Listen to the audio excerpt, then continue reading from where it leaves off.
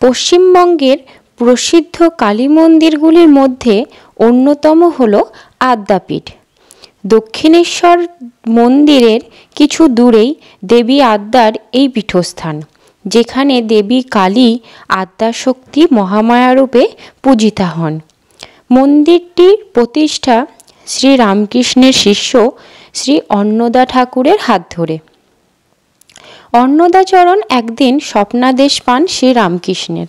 স্বপ্নাদেশে শ্রী রামকৃষ্ণ তাকে ইডেন গার্ডেন্সে গিয়ে সেখানে ঝিলের পাশে নারকেল ও পাকুড় গাছের কাছ থেকে কালী মূর্তি নিয়ে আসতে বলেন।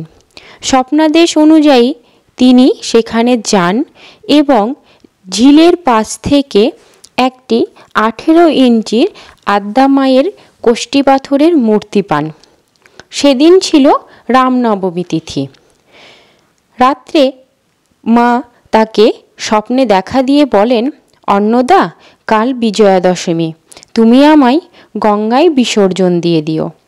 দেবীর এই কথা শুনে অন্নদা ঠাকুর ভাবেন, পূজাপাঠ করা হয়নি বলে মা হয়তো খুব রাগ করেছেন, আর সেই কারণেই মা চলে যাচ্ছেন।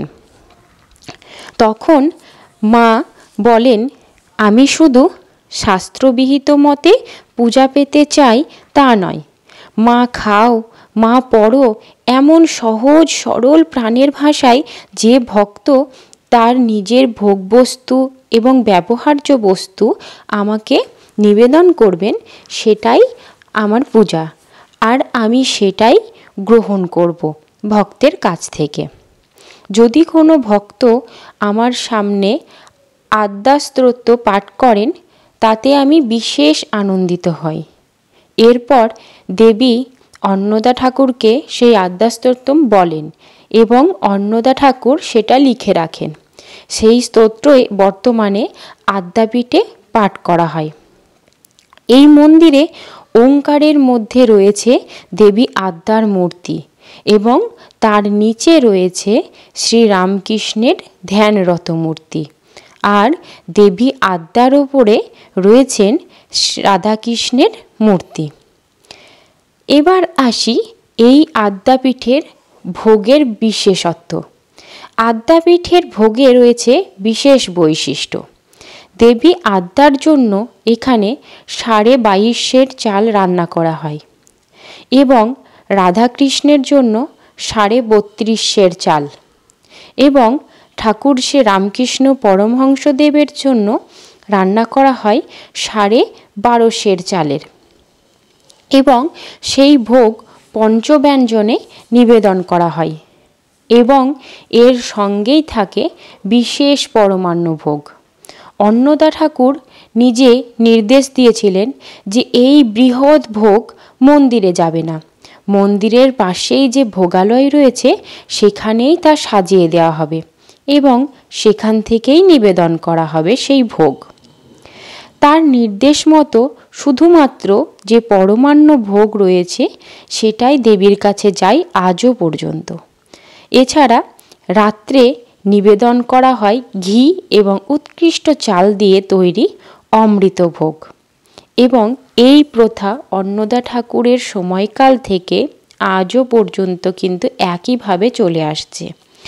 মন্দির খোলার সময়কাল যে বিশেষ দিনগুলো রয়েছে, সেই বিশেষ তিথিতে সকাল 10টা থেকে দুপুর 12:30 এবং আবার বিকেল 3:30 4টে থেকে মোটামুটি সন্ধ্যে 6:30 পর্যন্ত খোলা থাকে। কিন্তু অন্যান্য দিনগুলিতে শুধুমাত্র আধ ঘন্টা বা 1 ঘন্টার জন্যই মন্দির খোলা হয়। সেখানে মায়ের আরতি হয় এবং আবার কিন্তু মন্দিরের দ্বার বন্ধ করে দেওয়া হয়।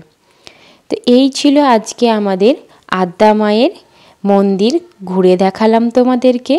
ভিডিওটি কেমন লেগেছে অবশ্যই জানাবে এবং সবাই আদ্যা মায়ের আশীর্বাদ নেবে।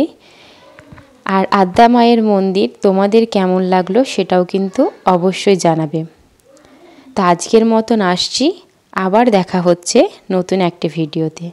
তাহলে যদি তোমরা দক্ষিণেশ্বর আসছো তাহলে শুধুমাত্র দক্ষিণেশ্বরের যে মন্দির, আমাদের দক্ষিণেশ্বর মন্দির বলতে আমরা যে মন্দিরটা চিনি, মায়ের মন্দির যেটা মা ভবতারিণীর মন্দির, শুধু সেটা দেখেই চলে যাবে না, এবং এই মন্দিরটাও কিন্তু তোমরা দেখে যাবে।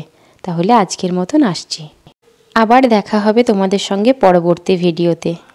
ততক্ষণের জন্য বাই বাই।